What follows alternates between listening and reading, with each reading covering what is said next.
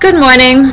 This is Skai, and I have had some thoughts about restaurant ownership that I wanted to share because I am very passionate about the restaurant industry. It's the one career that I've had my entire life, and I really feel I could speak on it, and I would really like to offer some constructive criticism, specifically to those businesses that represent the Caribbean flavor of restaurants. And that speaks to not only English businesses, but Spanish as well, because I do live here in Puerto Rico. So a couple things that I wanted to share was, first of all, and this is just feelings that I have gotten in going to these restaurants, and friends that have shared with me, sit around and talk about, oh yeah, I went out to dinner at such and such, and this is how it was. And funny thing is, the bad experiences are what people talk about the most. And this is something that I want to address. But first of all, when I go into your establishment, then you really should be happy to see me. And I get a sense from many Caribbean restaurants, and I'm not talking about only in the Caribbean, I'm talking about New York, Baltimore, wherever. If it's a Caribbean restaurant, I get a sense that, and not always, I'm not going to say all, I'm going to say some, and I'm going to also say many. I get a sense that folks don't like customers. You know, like when I come into your establishment, you should be happy to see me all day. And I don't really feel that when I go into many Caribbean restaurants. I may be greeted, I may, it may be like half energy, When I come into your business, you should be like, hi, welcome, come on in, have a seat, what can I get for you? And it doesn't matter if it's a local dive carryout to a fine dining experience. It doesn't matter what level you're on as far as what you're serving. It matters is how you greet people. I mean, that's like the first thing that I feel that I don't get, and other people have told me the same thing. It's almost as if there's a cultural thing about greeting people that folks just don't. And I'm not just saying hello, I'm saying the energy behind it, like really like be warm and inviting, and it's like you're welcoming someone into your home, and it's like I don't really feel like I get that. And I really think that sets the tone for the whole experience. That's another thing. To me, dining is not going to some place and getting a plate of food. It is a total experience. So when I come into your establishment, I should be totally stimulated by the smell, by the way it looks, by what the food tastes like. All my senses should be like exhilarated, and it doesn't have to be like all over the top fabulous, but even a small place will have, a nice vibe, a nice energy. The music is cool, the people, they're talking low tone and stuff like that. I mean, I've been in places where people are like cursing in the back kitchen and you can hear them. That's unacceptable, Another thing that I think that the restaurant industry is very hard.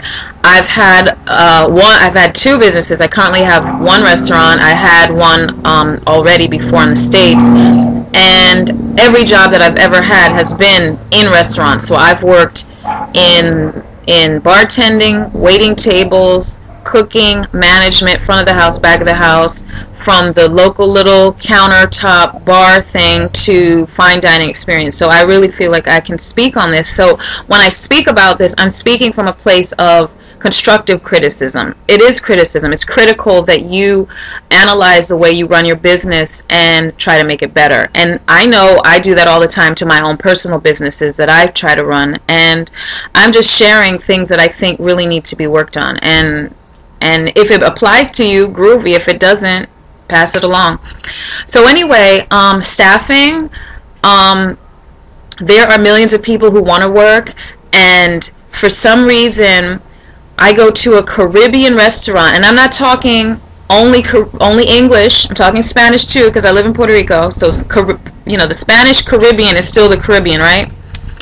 And folk, like, when like I want to eat now, and I have this sense of like the sense of urgency to get me my food or to take care of me or to come over and greet me is never there. Not in all places. I gotta be clear, because people like take your stuff out of context and wrap it up. I'm just saying, in some places, your staffing, they're not on top of things. You know, their ass is dragging. They're just not on point. You know, you order French fries, for example, they don't bring you ketchup. You gotta ask for. I mean, like, be on top of everything. If you're gonna have staff, you want them to represent you.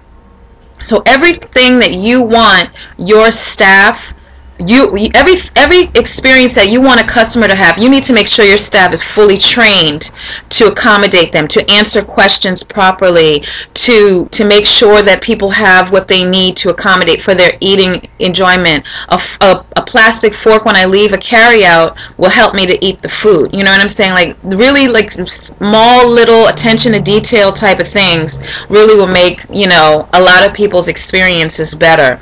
And I'm talking, like, it seems really minor, but honestly, I have been to places where they have not catered to me in this way. And I'm not talking about me alone. I'm talking about friends have talked to me about this kind of thing.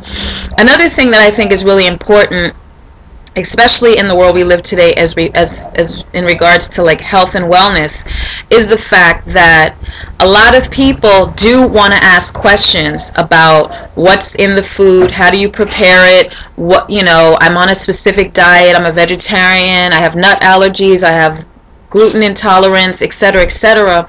And you need to be aware of these things. If you're not aware of it at the time when someone walks in, Google it on your iPhone immediately, or ask them questions about, really, because you really want to accommodate people, and the more gracious you are, the more people will come back, you know. And that's probably the biggest part of my whole conversation is advertising. Really and truly, for restaurants specifically, and probably all businesses in general, word of mouth advertising is 100,000% of your business. You can spend all the money you want all day on radio, television, news, print, media, magazines, online, Facebook, everything. Word of mouth is your #1 form of advertising. What people say about when they went there is going to cost you more than anything else that you are ever going to spend in advertising. And that means that every individual who walks into your establishment is going to leave there advertising your business, yay or nay. So every time someone comes in and spends $10 on a plate or whatever they bought, make sure you recognize that you've just spent $25 on advertising if you have a budget for that, okay? So that experience that individual has when they walk in, every single person, it must be, you must think of the fact that when they leave that place, they are potentially going to talk to 1, 2, 3, 10 people, whatever, about your location. Oh yeah, I just went to this spot. It was really nice. The owner was fabulous. You know, they talked to me. They gave me some tips. Da da da. You know, I'm here on vacation. I'm visiting. The food is great. Blah blah blah. Whatever it is, that is advertising. And every business is going to have mistakes. You're going to screw up. Someone is going to get a missed order. You might drop something. I mean, there's so many different things that can happen on a day-to-day basis. It's not that you're not going to make a mistake. I make mistakes all the time. It's not that you make a mistake with a customer. It's how you clean the mistake up. If you make a mistake with an order, you forget something, anything, the cleanup of the mistake is what goes farther than anything else. For example, some friends of mine were talking, and this is what inspired me to do this whole video, and they went out to a fine dining Caribbean experience here in Puerto Rico, Spanish place, local, really fabulous, in a beautiful location, pretty popular. I won't mention the name. It was 8 people. They all had a fantastic dinner. The food was fantastic. The service was really good, and everything was awesome, right? One lady was paying for the whole dinner. She was like the what is it called? She was inviting. She was the host. Fine. So 2 people happened to order snapper. for their meals, which on the menu it said market price.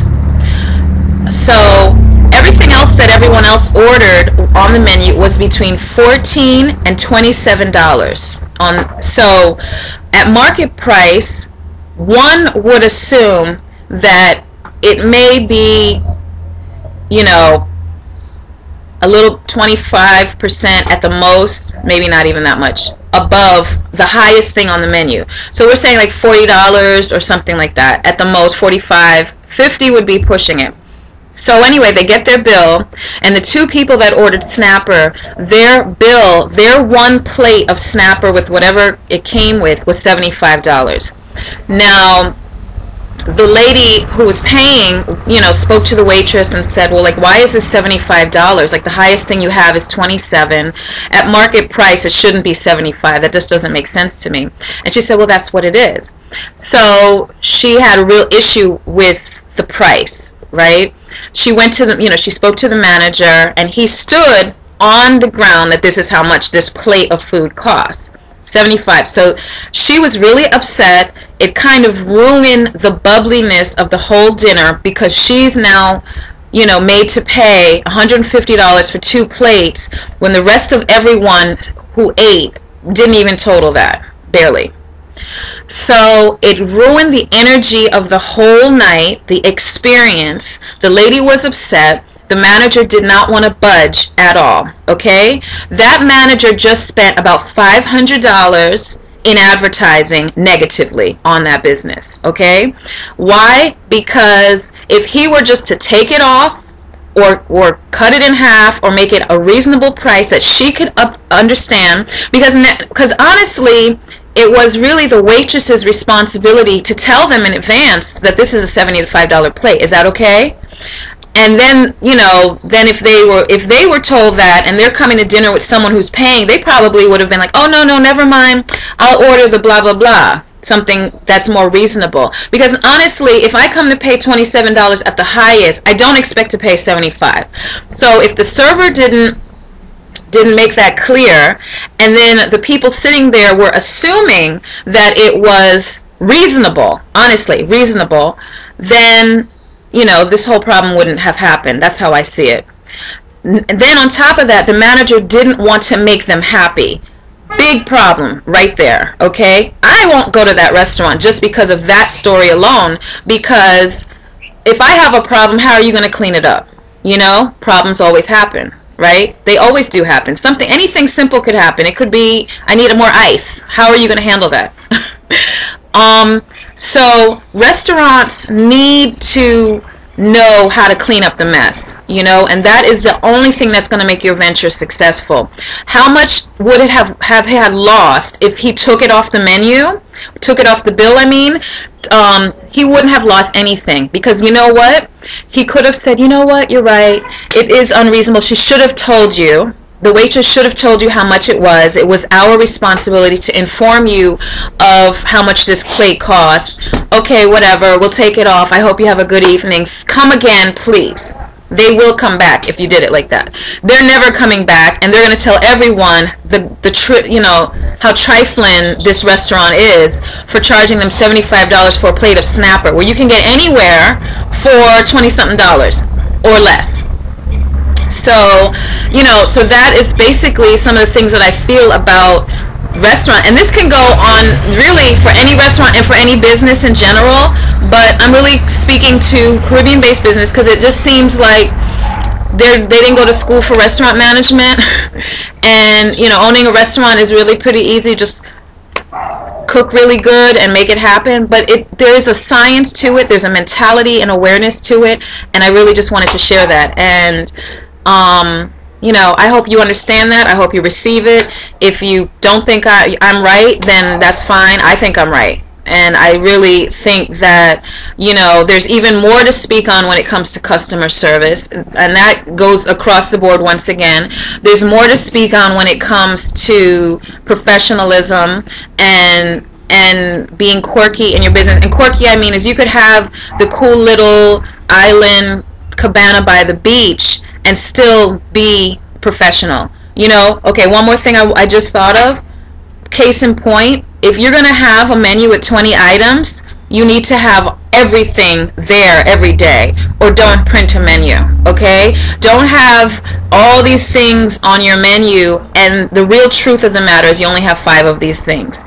Make a little dry erase board or whatever and say today's specials are ba-bam. You know what I'm saying? That way you can live up to exactly what you have. I do it all the time. I've just figured I'd rather have a small menu that I can accommodate than having all these things. I can make tons of food. I can make food all day, and I can make hundreds and hundreds of dishes. I'm not going to put it on my menu. The only people I think as successful as that are Chinese food restaurants.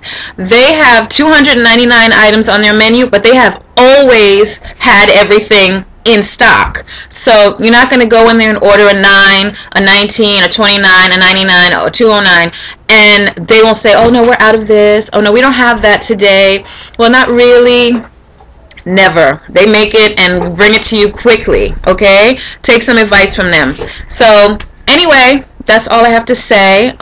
Thank you for allowing me to share my thoughts, and maybe I'll come up with some more because this is real. Talk to you soon. Peace.